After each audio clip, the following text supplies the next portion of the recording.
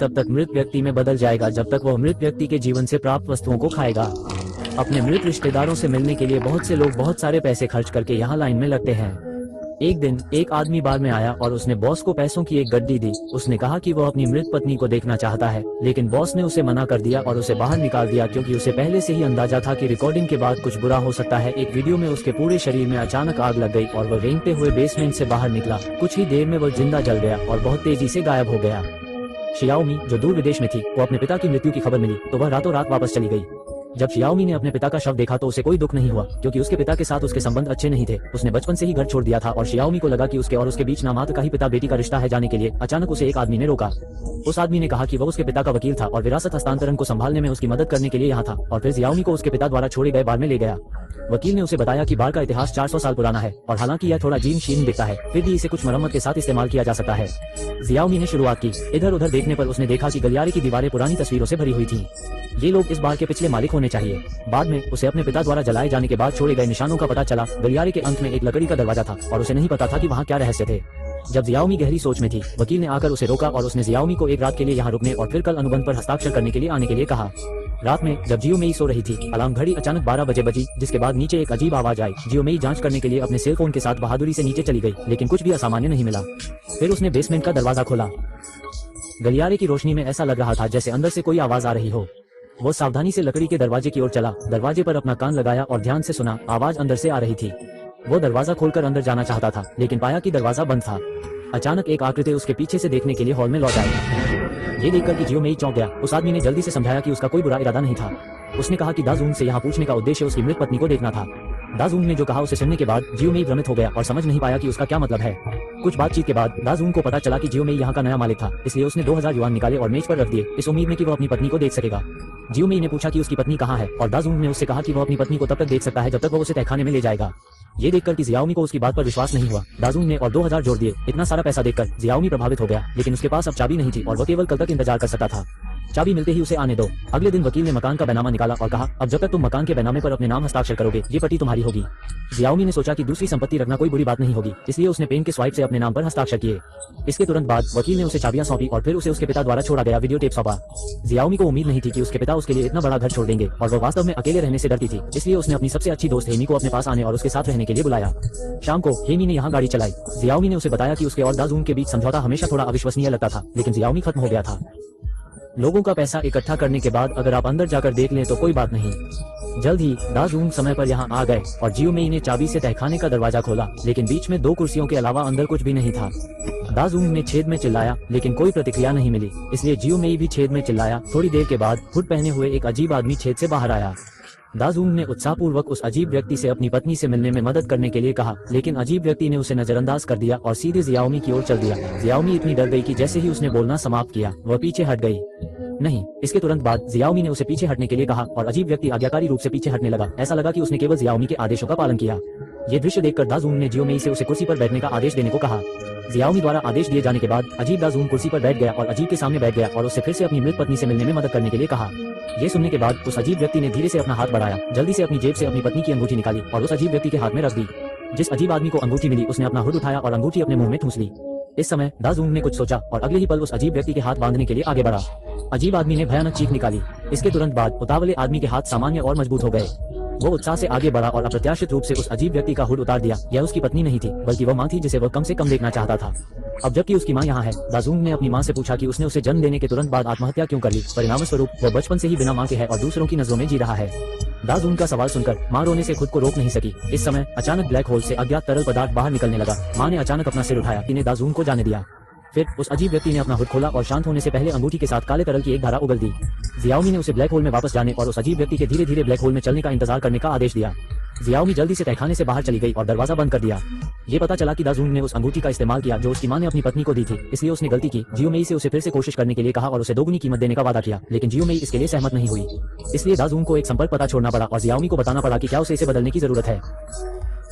जब भी आप अपना मन बदले तो उसे बताएं। दाजून के चले जाने के बाद जियो मेई ने अपने पिता का वीडियो टेप चलाया।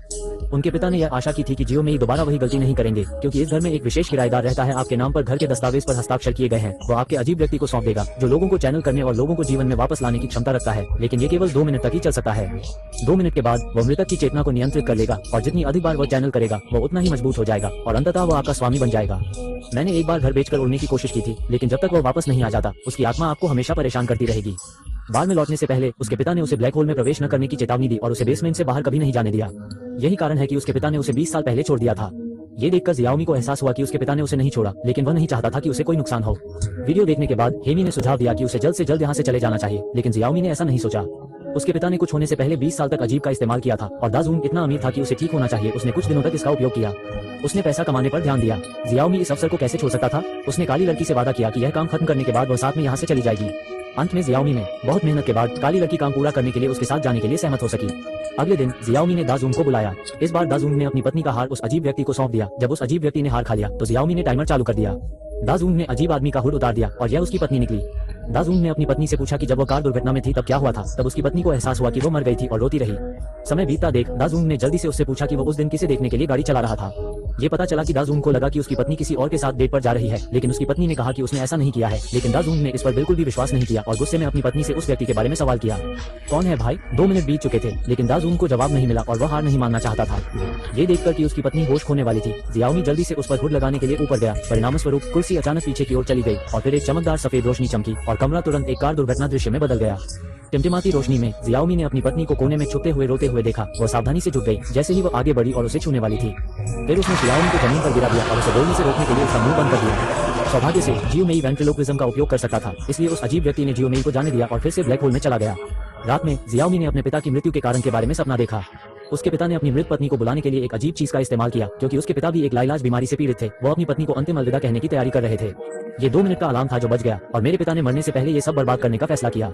लेकिन उसकी पत्नी ने उससे कहा, क्या तुम्हें याद है कि तुम पिछली बार कब गए थे? जब आप वापस आते हैं तो आप अपने साथ अभिशाप लेकर आते हैं और यह सब समाप्त करने के लिए आपको उसे जाने देना होगा। लेकिन मेरे पिता ने कहा कि उनके पास कुछ बेहतर है। समाधान के रूप में उसने अपनी पत्नी के चारों ओर गैसोलीन डाला और उसे आग से नष्ट करने का फैसला किया। पत्नी ने उससे ऐसा न करने की बहुत मिन्नत की और कहा कि वो उसकी पत्नी है, लेकिन पिता जानता था कि उसकी पत्नी पहले ही मर चुकी है और वो सिर्फ एक अजीब व्यक्ति था। जैसे ही पिता ने लाइटर निकाला, अचानक लाइट बंद हो गई। पिता ने तुरंत लाइटर जलाया। पत्नी अचानक एक अलग व्यक्ति में बदल गई और अपने पिता के चेहरे को सहलाते हुए उसके हाथ से लाइटर गिरा दिया। पिता का पूरा शरीर तुरंत जल गया, लेकिन पत्नी अपने पिता को जिंदा जलते हुए देखती रही। इस समय जियाओमी, जो सो रही थी, ने किसी को अपना नाम पुकारते हुए सुना। उसे लगा कि काली लड़की उसे बुला रही है, लेकिन जब मैं उसके कमरे में आया तो पाया कि वो वहां नहीं था। मैं नीचे गया और चारों ओर देखा, लेकिन मुझे वो कहीं नहीं मिला। जियो मेई को अचानक अपने दिल में बेचैनी महसूस हुई और वह हाथ में रोशनी लेकर तहखाने की ओर चली गई। अप्रत्याशित रूप से उसके पिता ने कहा कि उसे यहाँ नहीं आना चाहिए और उसे जल्दी से बाहर निकलने के लिए कहा। जियाओमी ने अचानक अपने पिता के चेहरे पर कुछ देखा। उसके पिता ने उसके चेहरे को छूने के लिए हाथ बढ़ाया और सुतली का एक टुकड़ा निकाला और फिर त्वचा उतरने लगी। जियाओमी ने जल्दी से अपने पिता को रुकने के लिए मना लिया, लेकिन उसके पिता ने अपने नंगे हाथों से उसका चेहरा फाड़ दिया, जिससे बोरी का सिर दिखाई देने लगा। जियाओमी ने सोचा कि उसने उसके पिता को चोट पहुंचाई है, इसलिए वह आगे बढ़ी और उसकी गर्दन पकड़ ली, लेकिन उसने उसका पीछा किया।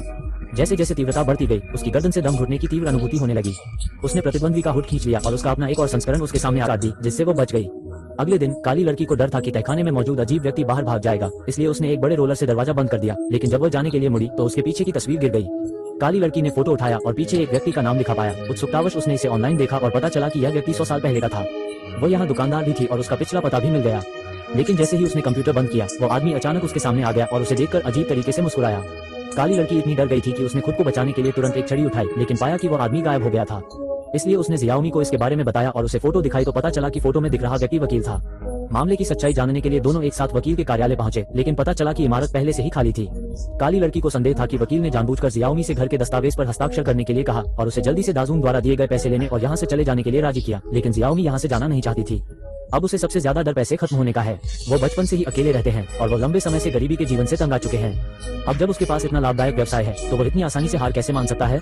उसे ये भी संदेह था कि काली लड़की उसे पसंद नहीं करती थी। उसकी बातों से काली लड़की का दिल टूट गया, इसलिए उसने अपना सामान पैक किया और गाड़ी लेकर जाने वाली थी। लेकिन काली लड़की अभी भी जियाओमी के बारे में चिंतित थी। फोटो में वकील को देखकर उसने अपने पुराने घर में जाकर ये देखने का फैसला किया कि क्या उसे कोई सुराग मिल सकता है। जब वो पुराने घर में आई तो उसने देखा कि वह पहले से ही जर्जर था। दीवार पर कुछ पुरानी तस्वीरों और अखबारों को छोड़कर उसने सभी चीजें एक कार्डबोर्ड बॉक्स में रख दी और उस समय जियाओमी फिर से तहखाने में आई। उसने अपने पिता के अवशेष उस अजीब व्यक्ति को सौंप दिए। राक्षस ने अवशेष खा लिया। उसके बाद एक अजीब सी धार निकली। जियाओमी ने अजीब का हुड उतार दिया और उसके पिता उसके सामने आ गए। उसके पिता जियाओमी को देखकर बहुत आश्चर्यचकित हुए। उन्हें नहीं पता था कि जियाओमी यहाँ क्यों आई और उसे जल्दी से यहाँ से चले जाने के लिए कहा। लेकिन जियाओमी ने उसे बताया कि उसे उसकी वसीयत मिल गई है और उसने घर के दस्तावेज पर हस्ताक्षर कर दिए हैं और उससे पूछा कि वो अजीब व्यक्ति कौन था।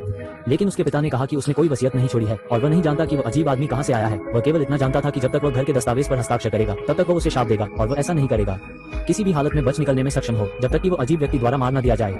अपनी चेतना पर नियंत्रण रखें। अपने पिता की बातें सुनने के बाद जियाओमी को एहसास हुआ कि वह डर गई थी, इसलिए उसने अभिशाप को हटाने के लिए घर के दस्तावेज को जलाने की तैयारी की। लेकिन उसे उम्मीद नहीं थी कि घर के दस्तावेज को जलाया नहीं जा सकता था, पूरी तरह से श्राप में फंस गया था। उसी समय काली लड़की जानकारी लेकर बार में लौट आई, लेकिन काफी देर तक देखने के बाद भी उसे जियाओमी नहीं दिखी। उसे क्या पता था कि जियाओमी पहले से ही नशे में थी और जमीन पर सो गई थी। वो तलाश करने के लिए तहखाने में आई और उसने जियाओमी की घड़ी देखी जो जमीन पर गिरी हुई थी। जब उसने घड़ी उठाई और उसे जांचा तो अचानक उसके पीछे काली लड़की इतनी डर गई कि वो जमीन पर गिर पड़ी। उस अजीब व्यक्ति ने उस पर हमला नहीं किया, बल्कि उसने जमीन पर पड़ा अखबार उठाया और खा लिया। काली लड़की ये देखकर वो उठकर बाहर की ओर भागा। तभी उस अजीब आदमी ने उसे रोका। काली लड़की ने पीछे मुड़कर देखा कि वो अजीब आदमी पूर्व गृहस्वामी में बदल गया था। काली लड़की ने जल्दी से उससे पूछा कि क्या वो जानती है कि वकील कहाँ है, शायद वो उसे ढूंढकर अभिशाप से छुटकारा पा सकती है। लेकिन उस आदमी ने उसे बताया कि वो इससे बिल्कुल भी छुटकारा नहीं पा सकती। ये पता चला कि 400 साल पहले भाइयों ने एक ऐसी महिला की खोज की थी जो मृतकों को बुला सकती थी। भाइयों ने पैसे कमाने के लिए उस महिला का उपयोग करना शुरू कर दिया, लेकिन महिला ने इनकार कर दिया। इसलिए भाइयों ने महिला की पहचान डायन के रूप में की और उसे जिंदा जला दिया। लेकिन कुछ ही समय बाद महिला जीवित हो गई और भाइयों से बदला लिया और विभिन्न बीमारियां और विपत्तियां फैलने लगी। फसलें फैलाने पर भी घास का एक तिनका भी नहीं उगेगा। इस आपदा को रोकने के लिए भाइयों ने एक अंधेरा अनुष्ठान किया और इसे एक ब्लैक होल में बंद कर दिया। अप्रत्याशित रूप से सदियों बाद भाइयों के वंशजों ने ब्लैक होल खोला और पैसा बनाने के लिए उसकी क्षमता का उपयोग किया। लेकिन जितना अधिक वो ऐसा करता है उसकी क्षमताएं उतनी ही मजबूत होती जाती हैं। अब केवल एक ही व्यक्ति उसका संरक्षक हो सकता है, वह जो विलेख पर हस्ताक्षर करता है, लेकिन वो अपने अभिशाप का उत्तराधिकारी भी होगा। ये सुनकर हेई मेई को अविश्वसनीय महसूस हुआ। उसने कहा कि जियाओमी को पता नहीं था कि उसने घर के दस्तावेज पर कब हस्ताक्षर किए थे। ये सुनने के बाद वो आदमी बहुत क्रोधित हुआ। उसे उम्मीद नहीं थी कि इतना कुछ कहने के बाद भी आप अभिभावक नहीं हैं, आप नहीं जान सकते। इतना कहकर वो उसकी ओर चल दिया। इससे पहले कि काली लड़की भाग पाती, उसे तहखाने में बंद कर दिया गया। थोड़ी देर बाद फोन की घंटी बजने से जियाओमी जाग गई। उसने जल्दी से कॉल का जवाब दिया और काली लड़की ने खुद को बचाने के लिए उसे बेसमेंट में आने के लिए कहा। ये सुनने के बाद जियाओमी जल्दी से तहखाने में गई, लेकिन काली लड़की को नहीं देखा। इस समय ब्लैक होल से काली लड़की की आवाज आई और जियाओमी हाथ में रोशनी लेकर ब्लैक होल में जाने वाली थी। अचानक वह रुक गई क्योंकि उसे याद आया कि उसके पिता ने उसे ब्लैक होल में प्रवेश न करने की चेतावनी दी थी। लेकिन उसने सोचा कि उसके सबसे अच्छे दोस्त का जीवन या मृत्यु अंदर अनिश्चित थी, इसलिए उसके पास गोली खाकर अंदर जाने के अलावा कोई विकल्प नहीं था। आवाज का अनुसरण करते हुए जियाओमी ने तुरंत काली लड़की को ढूंढ लिया। ज्यादा मत सोचो जियाओमी। मेई तुरंत काली लड़की के साथ बाहर चली गई और एक कोने में एक शव पाया। जब वह आगे बढ़ी और करीब से देखा तो उसने पाया कि यह वास्तव में काली लड़की थी। तभी जियाओमी को एहसास हुआ कि उसके पीछे वाला व्यक्ति एक अजीब व्यक्ति था। अचानक उसने फिर से अपने पिता के रोने की आवाज सुनी। जब उसने फिर से पीछे मुड़कर देखा तो वो व्यक्ति गायब हो गया था। अचानक वो अजीब व्यक्ति चट्टान से रेंगकर बाहर निकला। जियाओमी इतनी डर गई थी कि वो जल्दी से ब्लैक होल से बाहर भाग गई और दाजूंग भी दौड़कर आया और उसे तहखाने से बाहर ले गया। बाहर आने के बाद दाजूंग ने हैरान जियोमेई को 2 शामक दवाएं दी। इस समय जियोमेई को एहसास हुआ कि यह उसकी अपनी इच्छा थी जो उसके सबसे अच्छे दोस्त की मौत का कारण बनी। इसलिए उसने ब्लैक होल को पूरी तरह से सील करने की तैयारी की ताकि कोई भी उसे रोक न सके। मैं भविष्य में उसका फिर से उपयोग कर सकूंगा। ये सुनने के बाद दाजूंग ने उसे इसे पूरा करने में मदद करने का फैसला किया। इस समय जियोमेई को चक्कर आ रहा था और दाजूंग ने उसे थोड़ी देर सोने और बाकी सब उस पर छोड़ने के लिए कहा। रात में जियाओमी जाग गया और पाया कि दाजूंग अब वहां नहीं था और उसे संदेह हुआ कि वह तहखाने में प्रवेश कर गया होगा। इसलिए वो चुपचाप तहखाने में आ गया और उसने दाजूंग और उस अजीब व्यक्ति को बात करते हुए देखा। दाजूंग ने अजीब व्यक्ति से कहा, मेरा नाम घर के दस्तावेज पर लिखा गया है और अब से मैं आपका अभिभावक बनूंगा। मैं बस किसी भी समय बिना किसी बंधन या समय सीमा के अपनी पत्नी से मिलना चाहता हूँ। बाद में अजीब ने अपना हुड उतार दिया और अपनी पत्नी में बदल गया। बाद की बातचीत में उसे ये भी पता चला कि उसकी पत्नी की कार दुर्घटना क्यों हुई। पता चला कि भोजन करते समय उनका झगड़ा हो गया था। अपनी पत्नी को शांत करने और उसके साथ अच्छी बातचीत करने के लिए दाजूंग ने उसे एक शामक दवा दी, लेकिन उसने कभी नहीं सोचा था कि उसकी पत्नी उसे भगा ले जाएगी। दाजूंग ने अपनी पत्नी के चेहरे को सहलाया। वो उसे दोबारा खोना नहीं चाहता था, लेकिन उसकी पत्नी ने कहा कि केवल एक ही अभिभावक हो सकता है और अगर वो हमेशा उसके साथ रहना चाहता है तो उसे जियोमेई को मारना होगा। लेकिन दाजूंग ने कहा कि उसने न तो हत्यारा बनने की हिम्मत की और न ही बनना चाहता था। इस समय पत्नी की आंखों के सामने अंधेरा छा गया और उसने दाजूंग से कहा कि उसने ये सुना है। दाजूंग ने पीछे मुड़कर देखा कि क्या हुआ था। दाजूंग ने जल्दी से उसे बाहर निकाल दिया। जियोमेई ने उसे जागने की सलाह दी। वह एक राक्षस है, लेकिन दाजूंग ने अपना दिमाग पूरी तरह से खो दिया है। जब उसने देखा कि दाजूंग जानलेवा इरादों के साथ था तो जियाओमी ने उसकी आंखें निकाली और उसे उल्टा कर दिया। एक और मुक्के ने उसे नीचे गिरा दिया। जियोमेई छत की ओर भागी और एस्केलेटर से नीचे जाने वाली थी, लेकिन दाजूंग ने, मुझे आपके धन्यवाद की उम्मीद नहीं थी, मेरा अभिभावक मर गया।